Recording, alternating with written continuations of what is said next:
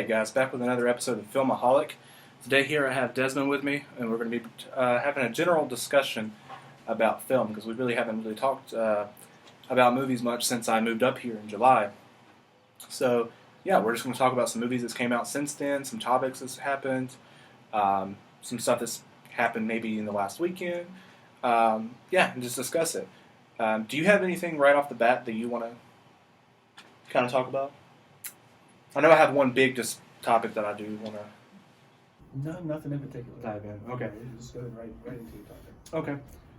Let's go into Star Wars, because obviously that was one of the biggest films of 2019, like blockbuster-wise, not quality-wise, but it was the ninth and final film in the Skywalker saga. I know you're into Star Wars too. We've talked about it for years. Grew up with it. Yeah, I know you're a big fan of the prequels, right?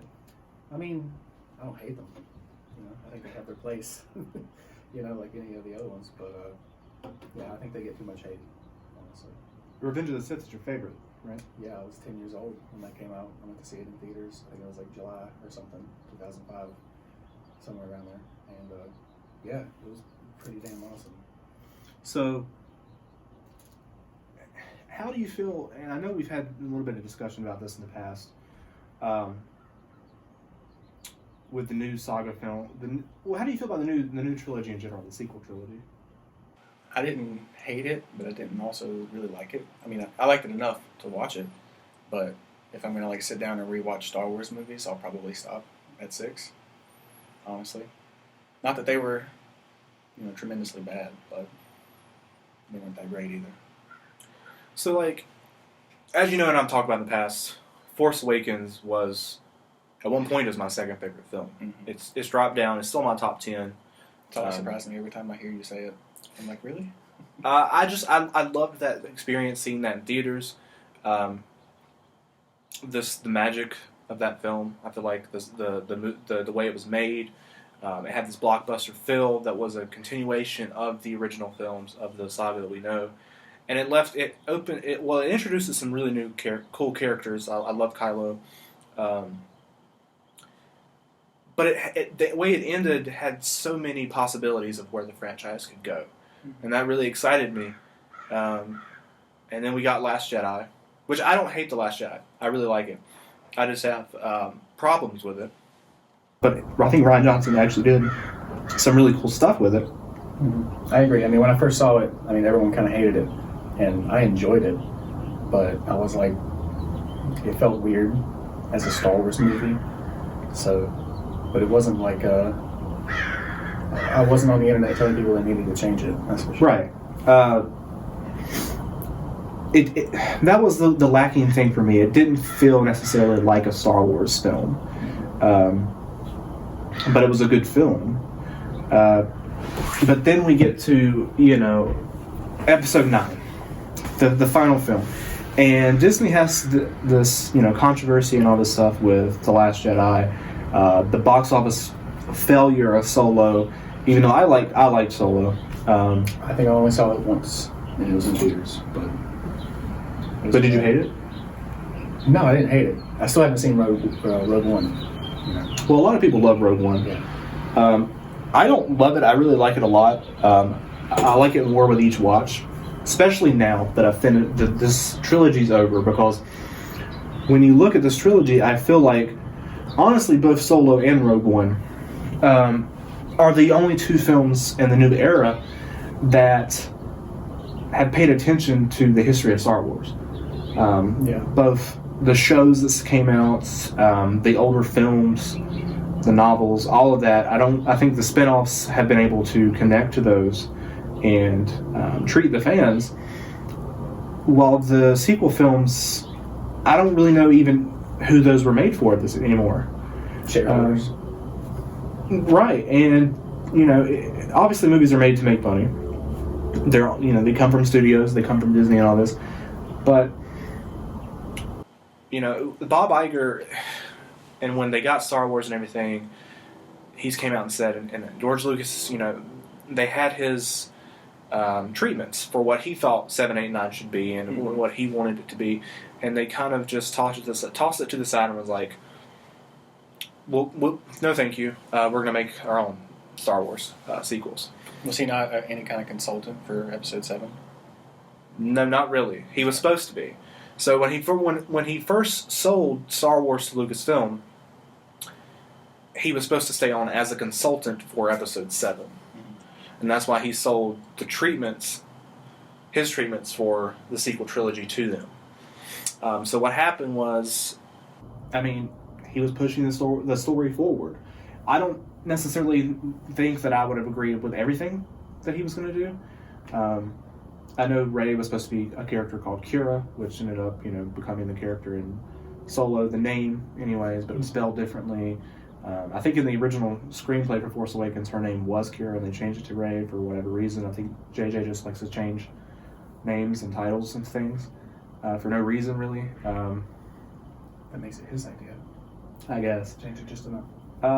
And honestly, there was some things they kept that was similar. Like Luke was on this island, was the first Jedi Temple. Like some of that stuff was the same in George's vision, but we don't know beyond that. We know he wanted to dive into the wills of the Force and what created the Force in general, what moved the Force, and all this stuff. And I think the midichlorians, right? Well, I think he would have dived deeper into that. And I think a lot of people would have been against that. I personally don't care. The midichlorians thing never really bothered me.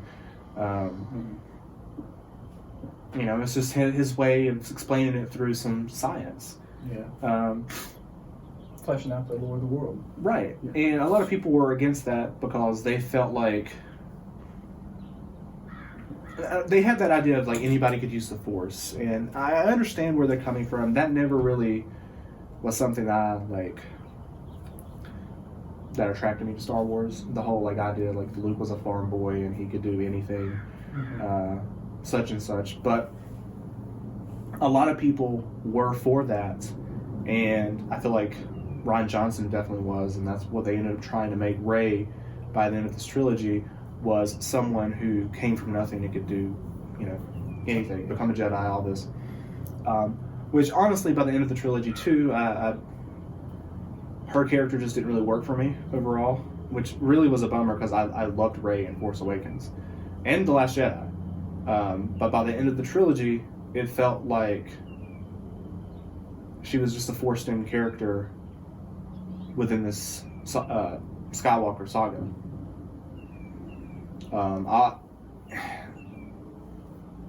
And she could have been that character, but I don't know. It really just, Episode 9 ruined the sequel trilogy for me. And honestly, moving forward, I might just watch 8 films instead of 9, pretend like the end of Last Jedi was the end of the saga. Well, as we keep going forward, new information about the movie keeps coming out in the novelization of the book or the movie, or different art books that come out. It's that fleshed us out, so many more ideas that they didn't tell us in the movie that might have made it, a little bit more entertaining to see. Well, at this point too, I'm not even really considering the information that I get to be real. I don't care if it wasn't in the movie. With especially if it's small details that add to the overall story of the film. That was what I liked about the novels originally when I started reading them after the new canon came out and all this. I liked how it added to what we already knew, but it didn't give us important information that this weekend. Let's talk about this topic for example. This weekend, news dropped, and maybe it had already came out because it was from the novel, The Rise of Skywalker, which I assume has been out a while. The movie came out in December. So. Yeah, so I don't know. It's March 1st to date this. So, but within the novel, it reveals that Palpatine in Episode 9 is a clone, which is huge, and a huge missing point from the film. Because when you watch the film, it's pretty much clear that he's not a clone, that he actually is the Palpatine from Episode 6 that fell down the hole in the Death Star with no explanation. And to me, it just... I don't know, was it in the original screenplay that he was supposed to be a clone? it didn't fit their narrative, whatever the case. I mean, it opens up a lot of questions, like, because we saw Snoke in those chambers, stasis chambers. Right. So, I mean, was Snoke a failed clone of Palpatine that became sentient in some other way? To me, Snoke was always supposed to be a puppet to Palpatine. Mm-hmm. As far as like Maybe what I got from Episode 9, not in general of the trilogy. Maybe he was perfecting his cloning on him, and then once he figured it out, did it on himself. But that's still a long time to wait. I think. I don't know. Just like Episode 9 in general just did not work for me. Go back to the beginning of the film. It starts off in the crawl, revealing that Palpatine's back. Yeah, I mean, I didn't hate that as much as you did, but I thought it was like a cool way to get us like, hey, I didn't make this last movie. Here's where I intend on starting this one. This is all you need to know. So, but it was also like anticlimactic in that way. I mean, I'm sure you could have like had this. I mean, the opening scene was, cool enough, I suppose. It was Kylo going there, right? Yes, at the beginning, and that worked for me in general. I think you could have done the cross similar, but a little differently.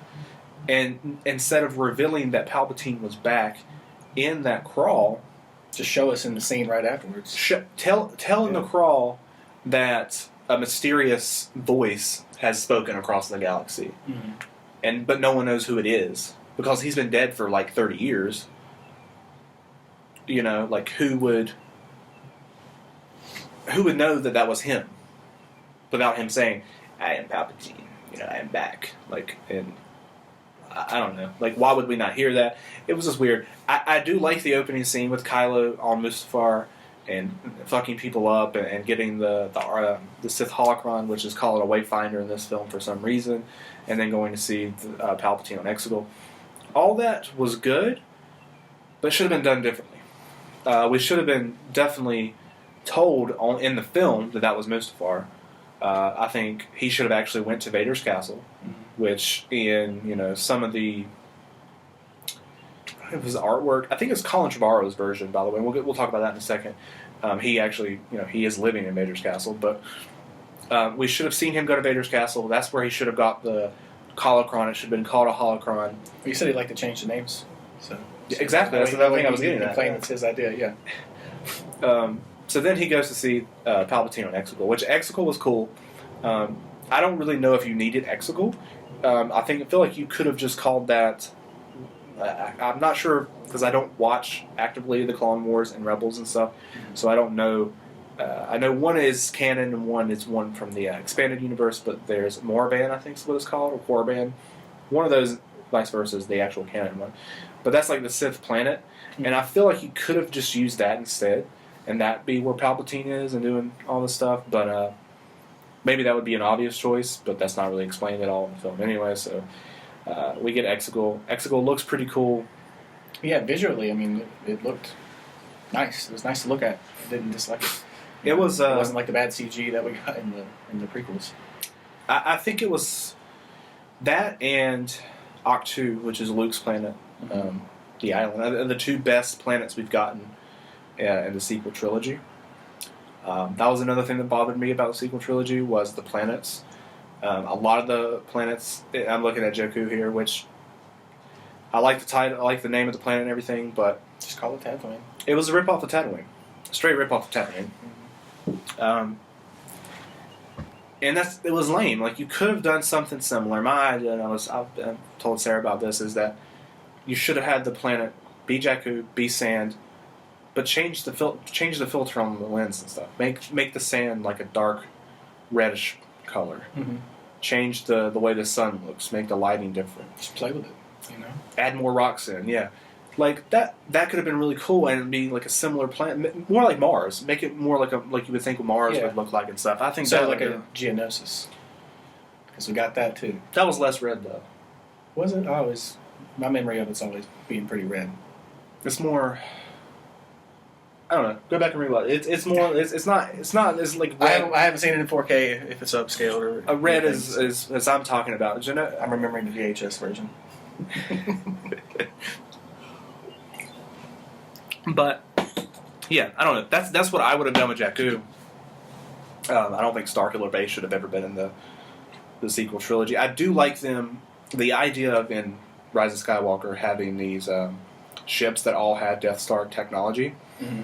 I don't like how they did it, but I do think they could have played with the idea in this trilogy of them having a ship or multiple ships that did have smaller Death Star technology, because that's just, weapons evolving, and, we're 30 years later, of course they're going to try to get this technology. Of course it's happened. I think in general, and I want to actually break down and do some videos at some point what I would have done if I made this trilogy, so I don't want to go too far into that, but overall I think the First Order should have been more like a terrorist organization. Something like ISIS, something like that, where It's too scary for the kids. something different than just trying to copy the Empire again. Which I didn't hate that they were like, copying the Empire and it's like that stuff, but they really tried to copy too much with it. I feel like by the time we got to the end of the trilogy. But yeah, talking about Rise of Skywalker, going back to the problems, it felt like an emotionless film to me. I've loved my experiences even with some of the prequels I didn't like, like Attack of the Clones, right?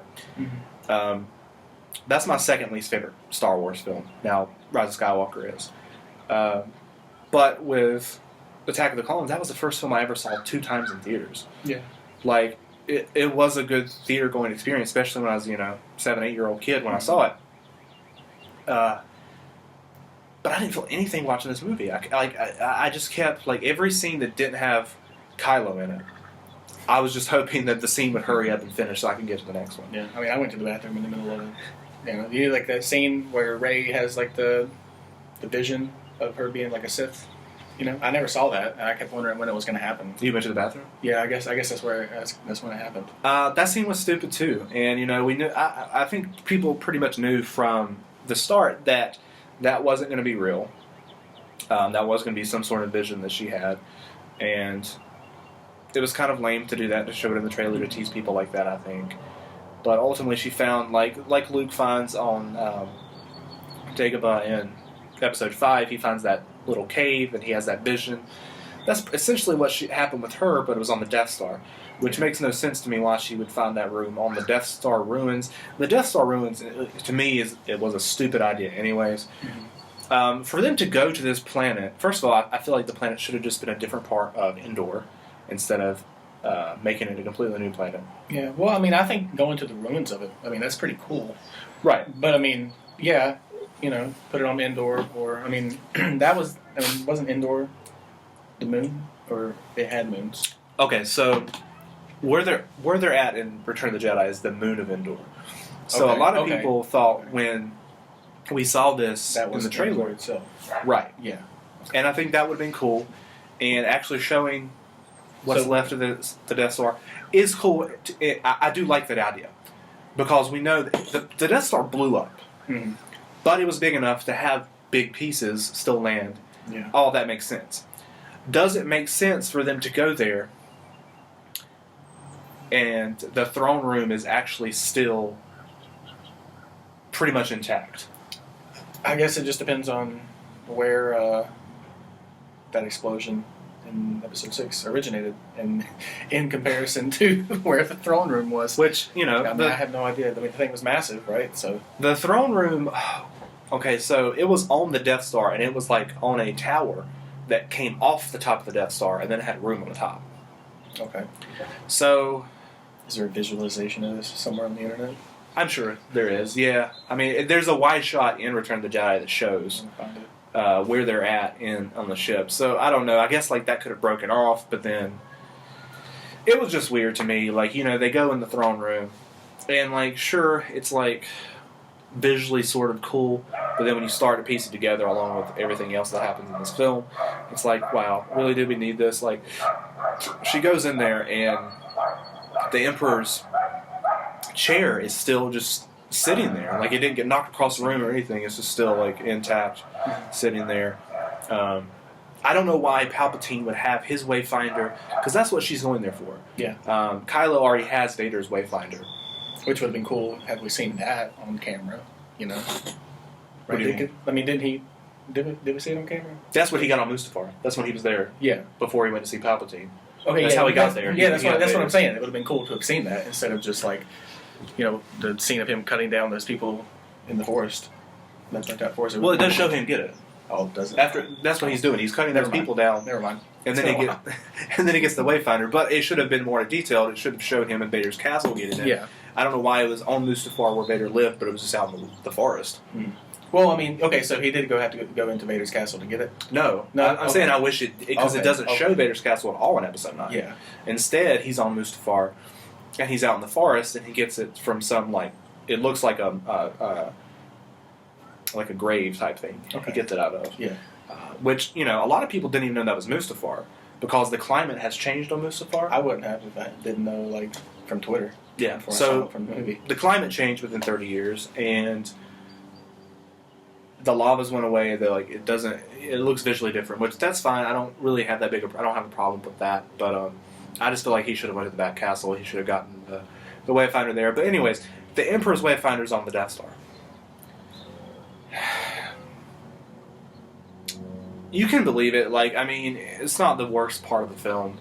But, to me, why was his Wayfinder even there? Because he goes to the Death Star in Return of the Jedi really just for this stuff with Luke, right? Mm-hmm. He's not going there to live. The Emperor didn't live on the Death Star. I feel like some people were confused about that, too. He was visiting there.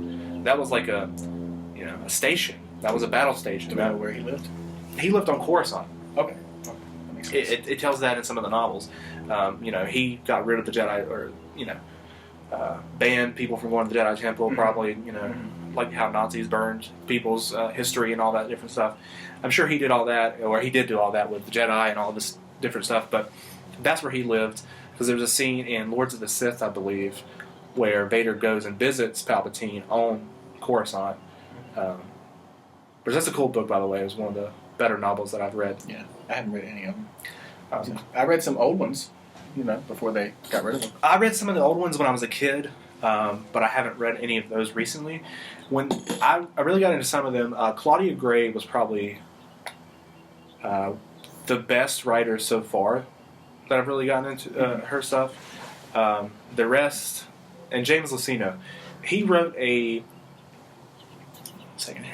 book. It was called Catalyst, which was actually a prequel to Rogue One, and I definitely recommend anyone who likes Rogue One, or honestly, before you watch Rogue One, I'd recommend reading Catalyst, because for me, I read it first, and I feel like it added so much more to the film. Mm-hmm.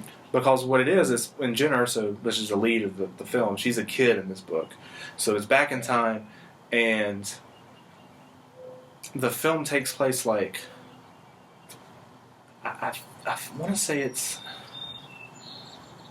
sometime right after the Jedi Revenge of the Sith or somewhere there. It's a lot of it's on Coruscant and stuff, but it really goes into Ben Mendelsohn's character and Mads Mikkelsen, their characters. So it adds more to them when you watch the film. Yeah, and their relationship. I like both of them as actors.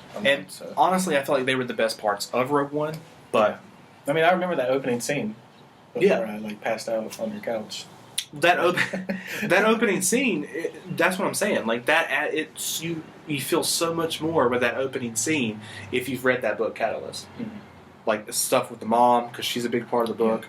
Yeah. Everything, the emotion. That's actually my favorite book they put out. But Bloodline, that's a very good book as well. It was written by Claudia Gray, and that book is set 6 years before Force Awakens, and it's about Leia. Ben is out training with Luke and stuff at this point, which we apparently got revealed recently that he actually trained with Luke for 11 years. Who? Ben Solo. Oh, okay. Yeah.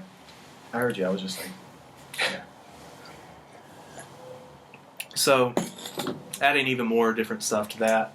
You don't get that impression from The Last Jedi, that he was there 11 years. No. You don't get that at all. And I feel like if we had known that and it showed more of that kind of different stuff. Seen some flashbacks, them together going on a mission. I think you could have opened up one of the films with a flashback. Or he had it in there of just them on a mission. Mm-hmm. Obi-Wan and Anakin style. Them going on a mission. Yeah. And hinting at him turning to the dark side within that, hinting his darkness, his obsession with Vader, and well, anyways, back to if you haven't read Bloodline, for all the prequels, problems, they did that with Anakin. They showed us in each movie, So, in Bloodline, if you haven't read it, this is gonna be a spoiler, but Leia's running to be a politician. She's running for the chancellor role, and pretty much she's like politically sabotaged because it's revealed through different ways that I'm not going to go to, but it's revealed that she's the daughter of Vader. Mm-hmm. So up until this point, the galaxy doesn't know that her and Luke are Vader's kids. Yeah. And that's 6 years before Force Awakens. So I feel like that had a big influence on Kylo turning to the dark side. Mm-hmm. After he found that out. Yeah. First of all, figuring out that his family's been lying to him this whole time. Yeah, I mean, I guess I never thought about that. Because it's not in the movies. Yeah, I guess so. Nothing's mentioned about that at all in the Yeah. movies. Like, that would have been so much better of a storyline for Leia in, like, say, Force Awakens than what she got. She didn't get anything in Force Awakens. She was just there. I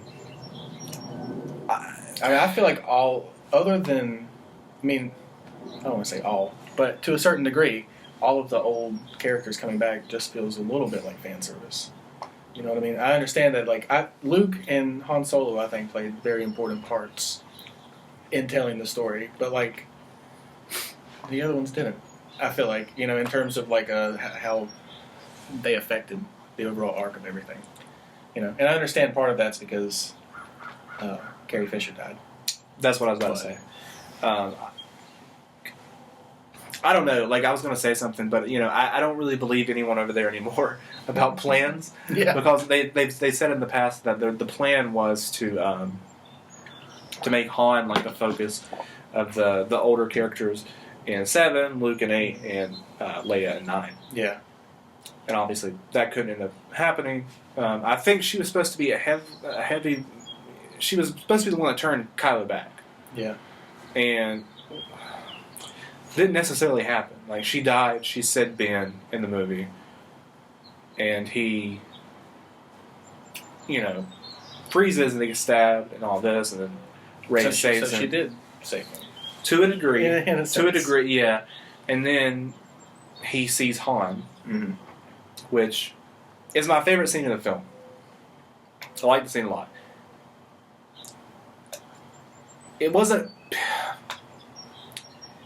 he's not a Force ghost. Really, in the scene, what it is Kylo's imagination. Mm-hmm.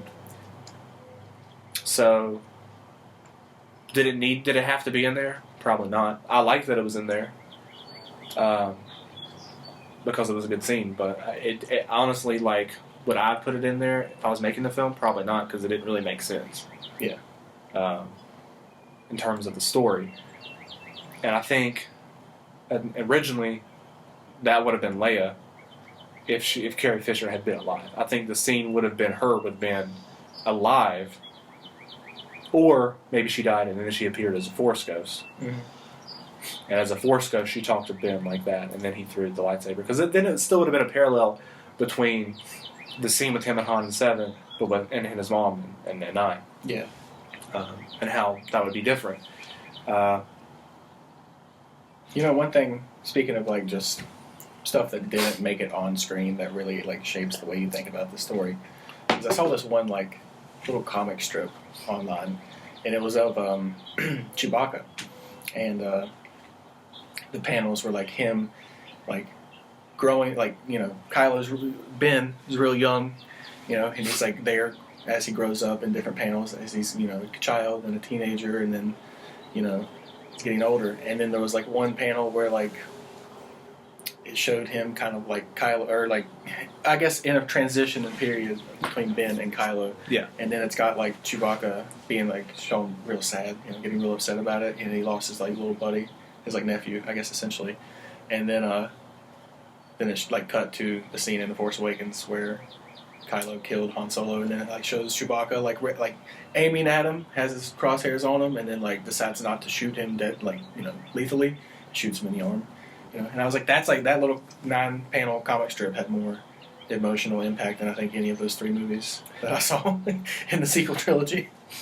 So. Yeah, and I mean that's something that you don't get from the films either. Chewie wasn't even with them. Yeah, during that 30-year gap. Oh yeah. Oh really? What was it not? No, he was on Kashyyyk. Well, I mean, that ruins it. It ruins it for me even more. I mean, I'm sure that he had moments where they visited each other because him and Han were so close. But yeah, like Han, it was about right after when Ben is born, actually. Han, is going to settle down, and Chewie, who has a family actually, kids, wife, parts ways with Han, and he goes and lives on Kashyyyk. We don't get any of that information. No, not in the movies. Yeah, Nothing. And then sometime after Ben turned back to the dark side, or turned to the dark side, and Leia and Han had difficult, things in their marriage, and then she started focusing on the Resistance, and he went off and did his smuggling and stuff again. Chewie met back up with him, and they started working together again. But yeah, from the movies, you would think that he's just been with Han they just lived on the ship the whole 30 years. So yeah, I don't know. I'm just really bummed out with Episode 9. It was a very unsatisfying end to the saga, and I still like 7 a lot. I still like 8, but it really affects that trilogy for me. And yeah, well, I mean, when you have something, I mean, just imagine if Endgame sucked. Just imagine. It would take away from the 22 other films that came before it. Yeah. It wouldn't ruin them, but it would take away from it because this is what happens. It's just like a series. If the final season, the series finale sucks, it's like, wow. Yeah. Well, this is what I spend all my time watching this for. But yeah, we got more Star Wars stories coming in the future. I'm not really excited for anything with Star Wars moving forward right now. Oh, what about The Mandalorian? Other than Season 2 of Mandalorian. I like that. I watched that. That was good. I still felt like I had some kind of cheesy parts in it that I know were kind of just there for maybe fans, to get into. But I don't know. I tried to get someone to watch it that's not really into Star Wars at all, and they were into it. They got into it, after a bit, but it was still there were certain parts that they had no idea what the meaning of that shot was, or what the lore behind this place is, or what it might be. So, and honestly, I think some of that you don't need to know it. The people that do know it, good for them. The people that they get more out of it. They can it just passes over. With Mandalorian, okay, so I really liked it overall. I'm super excited for Season 2. The first episode's good. I thought it got better with each episode, the first 3 episodes. I think episode 3 is the best episode in the season. Directed by Deborah Chow. Which one was that one? That was the one... That's when he makes the decision to go save the kid. Okay. And it's like a John Wick style throughout the city, and he kills all the people, the stormtroopers, everything. Yeah. Really, didn't she also direct another episode? Yes. She directed the second episode from the finale, which is also really good. Yeah.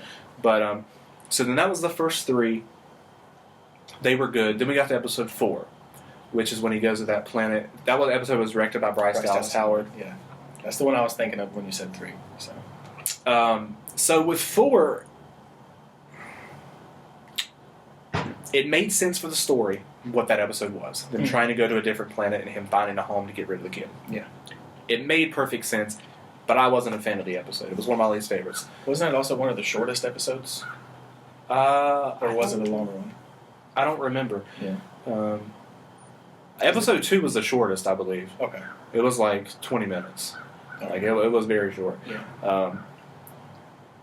But episode 4, from the start of the episode, I didn't like the tone of the episode for a couple of different reasons. One, it felt very Game of Thrones or Lord of the Rings to me, in a way. Yeah. And that doesn't feel like Star Wars. Hold up. You've only seen the last season of Game of Thrones? I've seen some of season 1 and season 7. Okay, well, seasons 1 through. I'm not talking. I know. I'm just saying you've seen like some of the worst parts of Game of Thrones. I'm not talking about like the overall story or anything, but I'm just talking about like the vibe I got from 4 with the way the bad guys looked and everything. They looked like orcs. It looked weird to me as far as being in Star Wars. The lighting in the episode, I didn't like. It didn't feel like Star Wars. It was like brighter. It felt like something like something I would see in like a Game of Thrones episode when they're out in like a field doing something, like traveling across the continent. Right, like it just didn't really work for me. And that there was a shot they're in the bar in the episode, and there was like this waitress I remember that had bad comedy. Yeah, I agree with that. Yeah, that happened several times throughout the season. It happens in the first episode with the blue guy, but it's not that bad. And then we get it again in that episode with the waitress, and it's bad. It doesn't feel like Star Wars. It feels like some of George Lucas's Star Wars, like some of the prequel stuff, and some of the more bad aspects. I think it's different, but I understand what you're saying. I think he had Where it definitely just feels a little out of place. He had bad comedy in the prequels too. Yeah, I don't know, but we get past that. Didn't really like that episode. We get to episode 5, which a lot of people say is their least favorite episode. This one is Dave Filoni, who directed the pilot, the Clone Wars, all that. This is his second episode directing. It's the episode they go to Tatooine. Okay. Yeah, that lady has to take care of. Yes. Baby. Yeah. Okay, first of all, that lady, I know she's done other things, been good at that. That character sucked. Like, it felt very cheesy. The comedy didn't work for me. Did I like seeing those droids from the prequels? I did. Because I wanted you to connect the prequels as much as you can. Like, it's part of the history of Star Wars. It doesn't have to be the same tone, but I want stuff from the prequels in these new films, TV shows, what have you. So I like seeing those again. I like them going to Tatooine. I like them going back to the Cantina, and that's where he met that bounty hunter in the episode. The bounty hunter, the actor that played him, was bad. He was not good, which I feel like brought that episode down because a lot of people had problems with that character, and I was like, that character wouldn't have been that bad if it had been better performance from that actor, I think. But a lot of people overall feel like that episode could have been taken out, and it wouldn't have affected the story at all. And I do agree with that, but I didn't hate the episode. Yeah. Then we get to episode 6, which I also didn't like. And that was the one where they like break into that ship. Right? Yes, they break into the prison. That had what's his name in it? He's a comedian. Yeah, Bill Burr. Yeah. I like his character. That was fun. Yeah, I did like his character, and I thought that comedy worked with him making an inside reference of in Star Wars to the Gungans and all that. I liked it. And overall, the idea of that episode I liked. I didn't really like the execution of it. Yeah. I didn't like the Twi'leks. I thought I didn't like the acting. That was the woman whose brother they found, right? Yes, it was her and her brother. I didn't like either one of them. Okay. But once again, I feel like the episode did make sense for the story, him taking a job to make money. So once we get past that, we get to episode 7, which is directed by Deborah Chow again, and then we get to episode 8, the finale, which is directed by Taika Waititi. I thought both those episodes were really good. And overall, I liked how the season ended, and I'm excited for season 2. It's exciting that the last shot with the actor from Breaking Bad. I can't remember his name, but I mean that was like. I knew about the Darksaber like that, but I'd never really seen it represented in anything other than like video games. So that was pretty cool. I think he came out recently in a quote and said that there's going to be some lightsaber action in season 2, which makes me think. I mean, do you mean just one the lightsaber versus civilian blasters, or lightsaber v lightsaber? That's a different story. I think at some point they have to bring in another Jedi. My thing the whole time through season 1 is I thought by the end of the show, the end game of the show would be the Mandalorian getting the child to Luke. Okay. For him to train. Yeah. And I still think it's a possibility. The only are these like spin-off shows are allowed to mess with main series like that? I don't know. I don't know. Do they have any plans to do anything with Luke moving forward, though? So, I mean, I don't know. I hope so. But that's where I always thought, because I was like, how else are you going to... What else would make sense? You know, Luke's this Jedi out there that's now known in the galaxy. You would think that they would try to get the job. Once they fully figure out that he is a Jedi and, you know, all this, to get him there. I think another possibility, and probably what is going to end up being more likely, is they're going to bring in Ahsoka. You don't think the child's going to get a lightsaber? Maybe by the end of the show. I don't know how they age, or like when the child's going to start talking and stuff. So, yeah. Or if they even talk at all, like if that species even talks. Yoda talks. Yeah, but I mean, he speaks English. Like they could speak. They could maybe speak in clicks or through signs or something. Maybe. You know? Yeah. We don't know. We don't know anything about them. I mean, it's been like in the extended universe. There's been some stuff about them, right? And do we know if they're going to explain anything about them? Yeah, probably not. Probably take the safe route. Well, Taika, I think, revealed as something that he knew the species name or what the child's name was or something like that. So I think we're going to get more details in season 2. I just don't know how much. And I don't think that we'll get the species names because even George Lucas hasn't named them.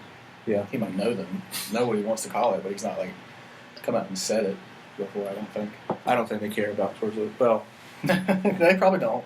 Jon Favreau and Dave Filoni do. So and they have heavy involvement with the show. So I think it's possible they stick to whatever his wishes are. Yeah. Disney itself, like, they don't care. You know, and like there was a report came out recently where it's like one of the writers, Chris Terrio, I think, said about episode 9 how it would have been cool if they could split it into 2 films. Yeah. And they were like, yeah, it would have been cool to split it into 2 films, but George Lucas, you know, his vision was always for 9 movies. Don't come. I thought it was for 12. I always heard that. I had heard 12 too. You know, when he wrote them all out in the 70s, that he wrote out 12 episodes. I don't know how true that is, though. I never know what to believe, anyways, because you know, when he wrote the original film, he didn't know what was going to happen in the next few films. Yeah. So I don't really know. I know I've heard he wrote 9, and the sequel trilogy was supposed to be the most action packed. I remember hearing that. I also remember the report of 12. Now I do remember when I heard the report of 12. What I read was that the first 9 were Skywalker films, but that episode 10, 11, and 12 were actually like 1,000 years in the future, and about completely new characters. Okay. Seems like you should do that after 6. Yeah, but hey, that's just me. So I don't know. Could they potentially do that in the future?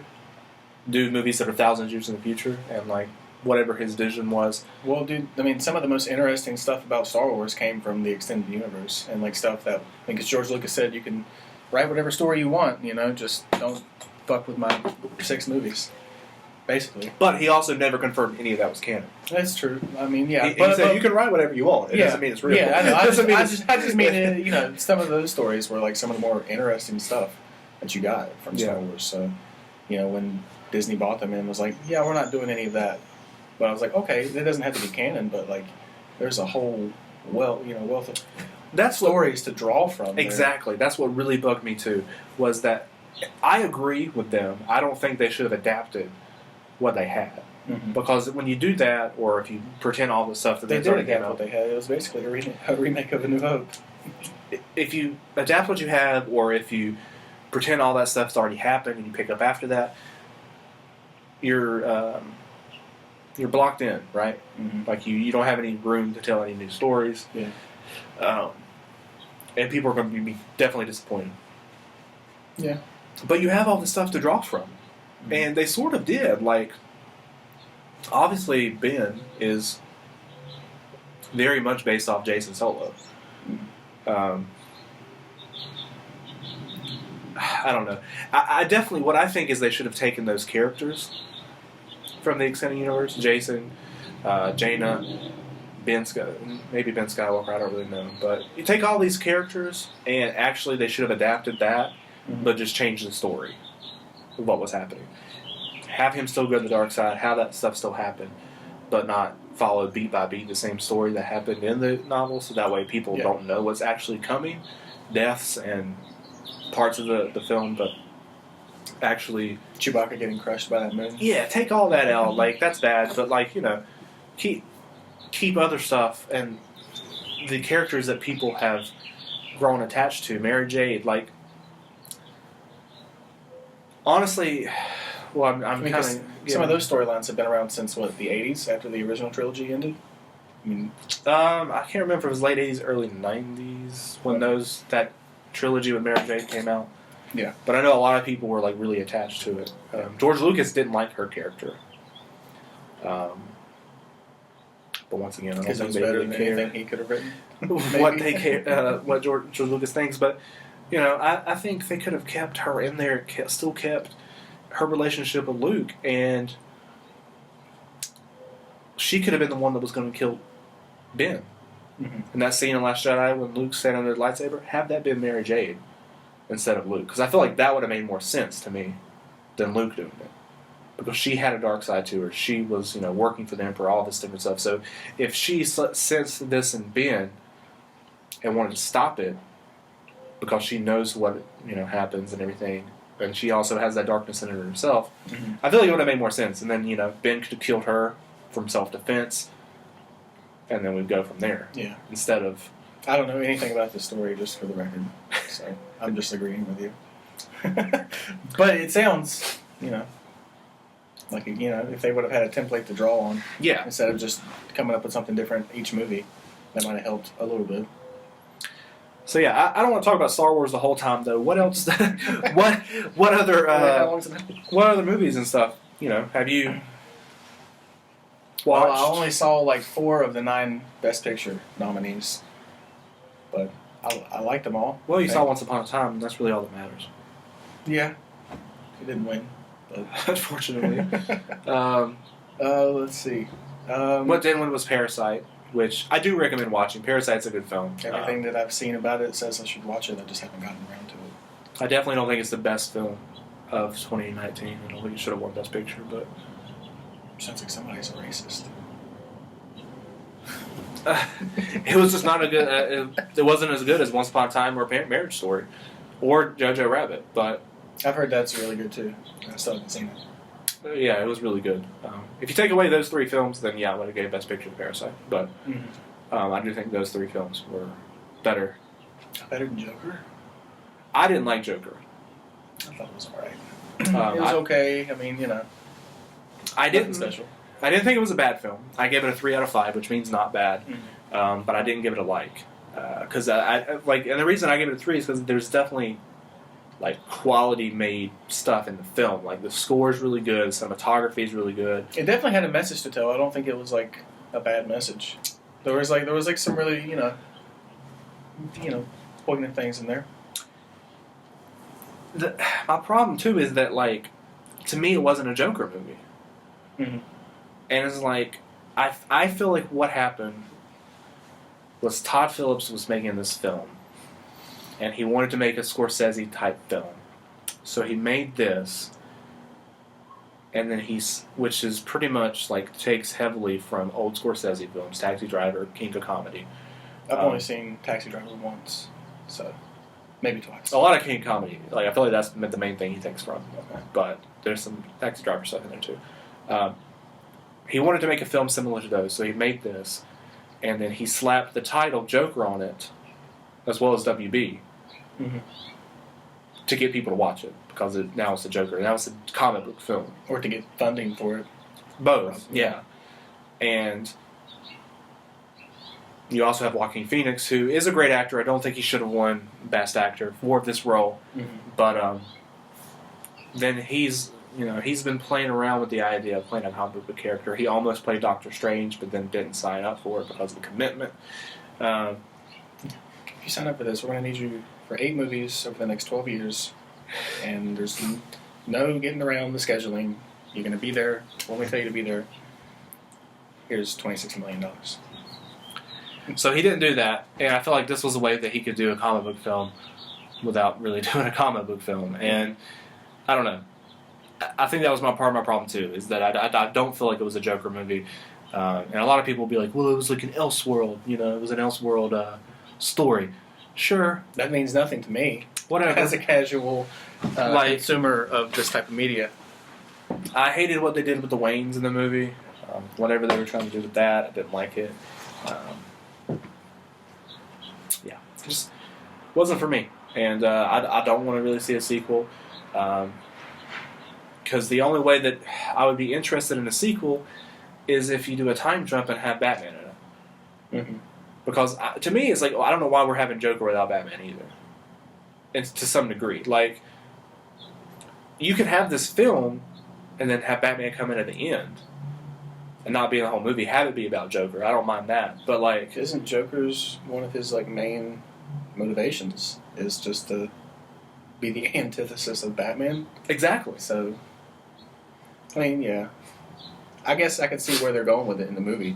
He doesn't necessarily, have to step up into that role of being, a criminal mastermind yet. But, I guess if you view it as, an origin story, it works, but... It does. But I don't know. It feels like the origin, if a character is going to be the antithesis of another character, perhaps, it needs to have that influence in its origin story. I mean, that's just me. And a sequel with a grown-up Batman could be interesting, but then I'm like, what kind of Batman would you even have in this universe now? Because... And how old would the Joker be? Because exactly. He was a child, wasn't he, at the gate there in that scene? And Joaquin's 50. Yeah. Maybe late 40s, but whatever, you add at least 15 years. It's going to be like The Irishman, and they're going to have to DH him, and he's going to, look DH, but then when he's moving around, he'll look geriatric. So, but Thomas Wayne's a dick in this movie. Mm-hmm. And I feel like they tried to do Trump inspired things with him. Maybe. I didn't draw that connection. Well, that's what I don't know if he's not always supposed to have been an asshole. That's what they pitched with when they were Alec Baldwin. Well, Alec Baldwin was originally attached to play Thomas Wayne. Okay. He ended up backing out. Was like any actor could do this. That was his quote. Yeah. And then they had this one guy come in and do it, who actually was in Dark Knight Rises as a cop. He comes in and plays Thomas Wayne, and I don't know. I felt like it was supposed to be an '80s Trump in New York type thing was what they were going with, a little bit. But he was a dick, and somebody who went and may have gotten the maid pregnant, or we don't really know if that was actually real. We don't know if anything in part of the movie. We don't know if anything in the movie actually happened. That makes him and Batman brothers, half brothers. Exactly. Yeah. Which, never mind. So I guess that's a good, hey, here's a little nugget of tease. It's a good twist. Yeah. But it really shapes Bruce Wayne differently, having Thomas Wayne like that. Because if Thomas Wayne is like that, because that's much different than the Thomas Wayne we got in Batman Begins, who was rich and all this, but spent all of his money, or not all of his money, but a lot of his money improving the city, right? Building the train system, doing all of this different stuff for the city to help Gotham restructure and all this. Maybe going forward, that's their plan, with Robert Pattinson's Batman. Maybe that's what they'll do, tie it into that. It'd be interesting if they did. I doubt it. I doubt it. I think there's going to be a completely new Joker by the end of the Pattinson trilogy. Yeah. What do you think about the Pattinson it's a guaranteed trilogy? It's not a guaranteed. Nothing's guaranteed in Warner Brothers as far as DC goes. We've seen that. There was a whole slate of films with Justice League 2. That was supposed to be a thing at one point. Mm-hmm. Before Justice League 1 came out, there was a Justice League 2 that came out that next year. The year after that was supposed to happen. Never happened. Cyborg, Green Lantern. I still don't think I've seen all of that movie. Justice League? We went to the theaters and saw it. I'm thinking of Suicide Squad. They all just blurred together as dog shit. I never saw Batman vs Superman. So I like Batman vs Superman. Yeah. It's not a great film. Yeah, the further removed we get from these movies, there's no need to go watch it. Well, the more people say that was the best version of Batman in that series. The best reason. So I don't know. I'm still not interested in going and seeing it. I mean, at this point, it's like it doesn't. Those movies don't really matter anymore. I don't know what we're doing anymore. Like Wonder Woman 1984 is coming out. I didn't see the first one either, or Birds of Prey, or Aquaman. I didn't see anything. All those movies suck except Wonder Woman. I think the last one I saw was Justice League. It was like the last DC movie that I saw. Wonder Woman was good. Did you see DC is talking about, or whoever owns DC Comics is talking about selling it to Marvel?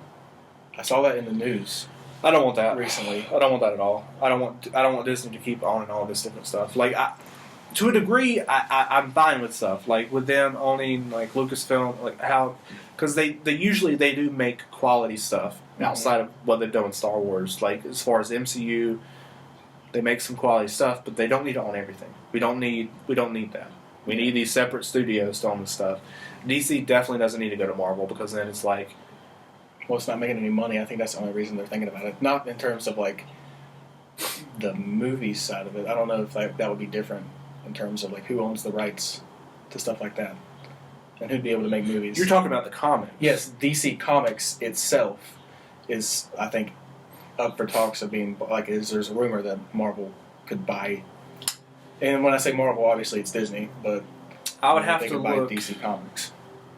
I don't know if what that entails about like the film division of it, but Well, Feige runs everything to do with Marvel now. yeah. I would have to look into it because I don't really know who owns DC Comics, like the comics. Is it not Warner Brothers or Warner Media? It might be. Warner owns AT&T, don't they? I think AT&T has like primary holding over it. I don't know. I remember seeing some names of big corporations in the article I I read. I don't think it'll happen. I don't think WB will ever sell their DC stuff because like it is a moneymaker on its own. Mhm. Like just Batman in general, like Batman merchandise, like all this different stuff. But if they were going to sell it, I would hope that someone else, like Sony or whoever, would go in. Which I don't think it'd be Sony, but whoever would go and buy it instead of Dark Horse Comics. I don't even know who owns Dark. I don't know, but you know, I don't want it to go to Disney. Yeah. Paramount or something. Paramount kind of like shit the bed when they sold they started making the MCU, and then it ended up going to Disney, and I don't know what happened. And that's just thinking in terms of just like movie production companies. Yeah. And studios, like some other print publishing company could come in and buy them, you know, yeah. and refuse to make any movies. Well, see, I don't know how that works. I'd have to look into it. Probably some private holding company will come in with, you know, their couple $1 billion, if it's even worth that much. I don't know, but it's just something I saw on the internet. However true or untrue it may be, you know, that they were in talks of like selling it to Marvel, and I think that was just like they had mentioned maybe selling it, and then they're like, oh, who would buy it? How about their biggest competitor? Because they seem to be doing everything right. They do, yeah. Of course, when people think of Marvel, I don't think they think, most people probably don't think of comic books anymore. They think of They think of the MCU. They think of movies, yeah. So maybe that's where that report. Oh, my bad. I was doing that earlier and noticed.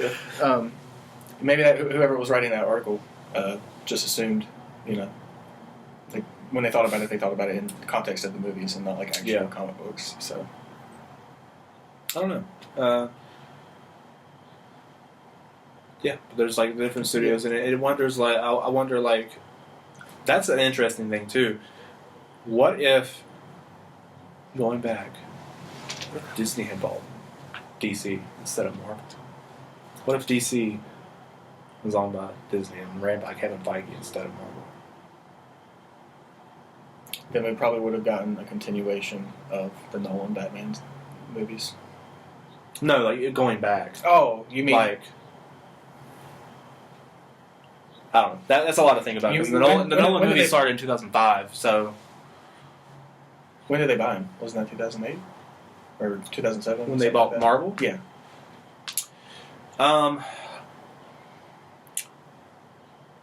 Well, the MCU started in 2008 with Iron Man. Yeah.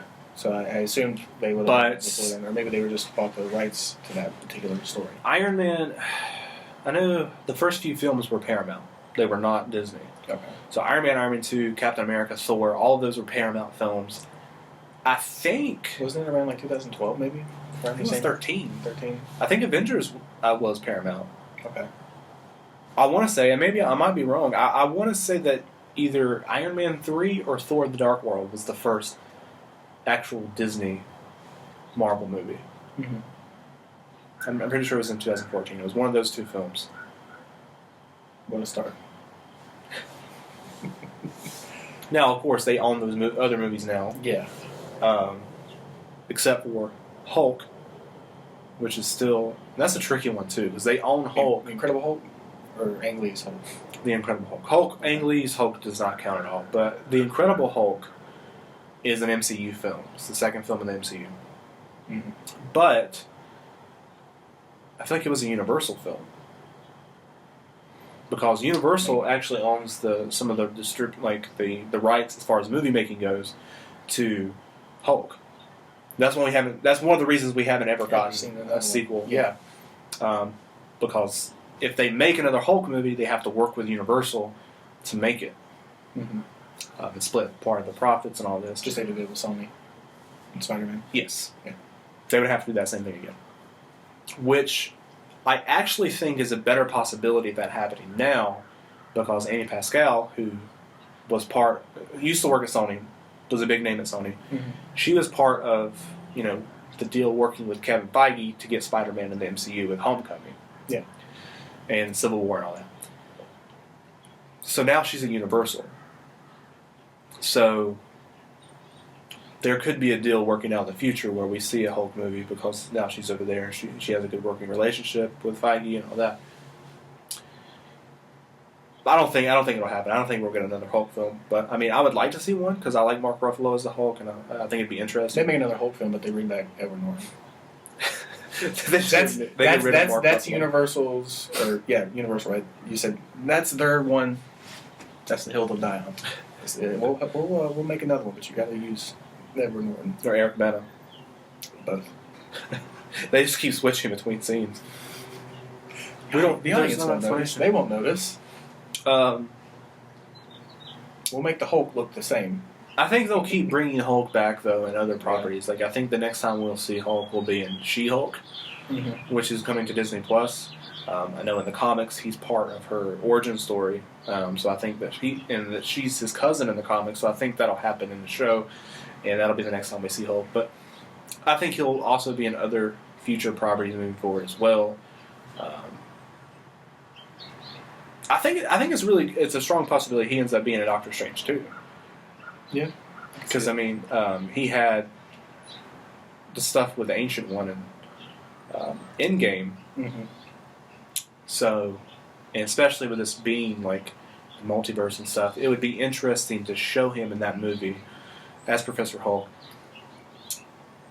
And the multiverse stuff happens, and maybe we see like a Grey Hulk or like these other different versions of Hulk from the comics. Show this in the multiverse. Yeah.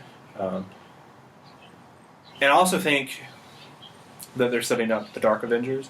Either Dark Avengers or the Thunderbolts, one or the other. I think what they're trying to set up. I think they're kind of do a blend of both. But I think that'll be actually what the next Avengers movie is. Will be them versus the Avengers. Yeah. That's what my hope is anyways. Or the Dark Reign storyline from the comics. But that involves that team as well. And I think at the end of Black Widow, which is the first movie in Phase 4, I think the after-credits scene of that is going to set up that happening. And I think Thunderbolt Ross, Secretary Ross, is going to be like the Nick Fury of that team, and he's going to start assembling his team, starting with the new Florence Pugh's Black Widow, getting her in there, who will probably be a conflicted character. She'll probably be part of this Dark Avengers team, and then end up switching over to the actual Avengers. Yeah. But assembling these people, her. I don't really know if the Eternals will have much of. I think it'll be like its own separate thing. But we also have Falcon and the Winter Soldier, which is introducing this new U.S. Captain America, which is like government official Captain America. I think they call him U.S. Agent in the comics, played by Wyatt Russell, Kurt Russell's son. We've seen him with the shield and set photos and stuff. So I think that character will be part of the team as well. And it could end up with us seeing a Red Hulk, with Secretary Ross turning into the Hulk at the end of that film and actually fighting Mark Ruffalo's Hulk. That'd be pretty awesome. Wasn't it the same actor who played General Ross in the 2003 movie as well? No. No, it was different. Okay. No. Never mind. William Hurt plays Secretary Ross, and he played him in the Edward Norton film, and then he also returned in Civil War and the New Avengers films. Okay. The actor who played played General Ross in 2003 was Sam Elliott. Okay. Yeah. Okay. I So remember big that. difference. But, I remember that now. Yeah. And Nick Nolte played the Hulk's dad in that movie. I don't remember that at all. Yeah, he I was the remember guy. he fought those dogs. Yeah, the dogs were. And he grabbed a tank and threw it at another tank. That's about it. Josh Lucas was in that too. He was the bad guy. Who? Josh Lucas. What was he in? He was in the movie Stealth. Kind of like a poor man's Matthew McConaughey. I know stuff. I used to like that movie. That's what, yeah. Yeah. Yeah, he was in that, and it's it's interesting. Do you have any more topics you want to talk about? Anything else that's happened, you watched, that you've been interested in? National Treasure 3. National Treasure 3 is happening. Excited. Finally. Very excited. I'm not really excited, but I'm glad everyone else is. Dude, I don't really care about as long as Nicolas Cage is coming back. He He's is. not coming back. Of course he is. No, I mean, you never know. I mean, They're moving on without Johnny Depp in Pirates Yeah, of the Caribbean, so but- I'll probably still watch those. well, that's an interesting thing going to Pirates of the Caribbean, because I'm actually interested in that a lot, because it's supposed to be a reboot. Or it's not supposed to be connected to those films at all. Okay. No, it's supposed to be like a completely like reimagining reboot of Pirates of the Caribbean. Not a remake, just like same title, Pirates, different story. Go at it. Yeah. And I'm excited for it. Like I actually like the old Pirates of the Caribbean movies. I like the first three. Yeah. And I'm excited for these new ones, and I hope they actually go darker than those old ones. The old ones did. Mm-hmm. Still keep the fantasy like element to it, cinematic moment, but like bring in a little bit more darkness, make it a little bit more scary, like the first one kind of. With make it sort of like that, and but a little bit I more. wouldn't call the first one scary, but No, I mean, no, but but I you was, know what I'm talking I was about. 8 or 9 when I saw it. My bad. So I mean, yeah, it probably would have scared me a little bit then. Yeah, I want to see that, and I don't know who you put in the movie. But don't give me the same characters. I don't want to see Jack Sparrow. Don't give me anything like that. Give me completely You new. don't want to see Jack Sparrow's dad or something? We already saw that. Keith Richards, and he's still alive. Just DH Keith Richards. Do a prequel. Yeah, I mean the Stones are doing like their last tour this year or whatever. I mean, they said the same thing last year, I think. I mean, technically, you could do a prequel about that. I don't want to see that though. But you could recast him, and But we don't I'd need pay to it. see that. I would watch it, but I hope they don't do that. They shit the bed with the last Pirates of the Caribbean movie. They don't even know what was happening. It was supposed to be a sequel, but it was like retconning everything that happened in the old movies, as far as like the rules with his like compass and everything didn't make sense. And I only watched it once, and it was like some bad stream on some probably illegal movie website. So it was probably really really granular and pixelated, and I don't have very good impressions of it. So I think Johnny Depp was drunk the whole time. probably high on cocaine, Something was happening. yelling at people on set.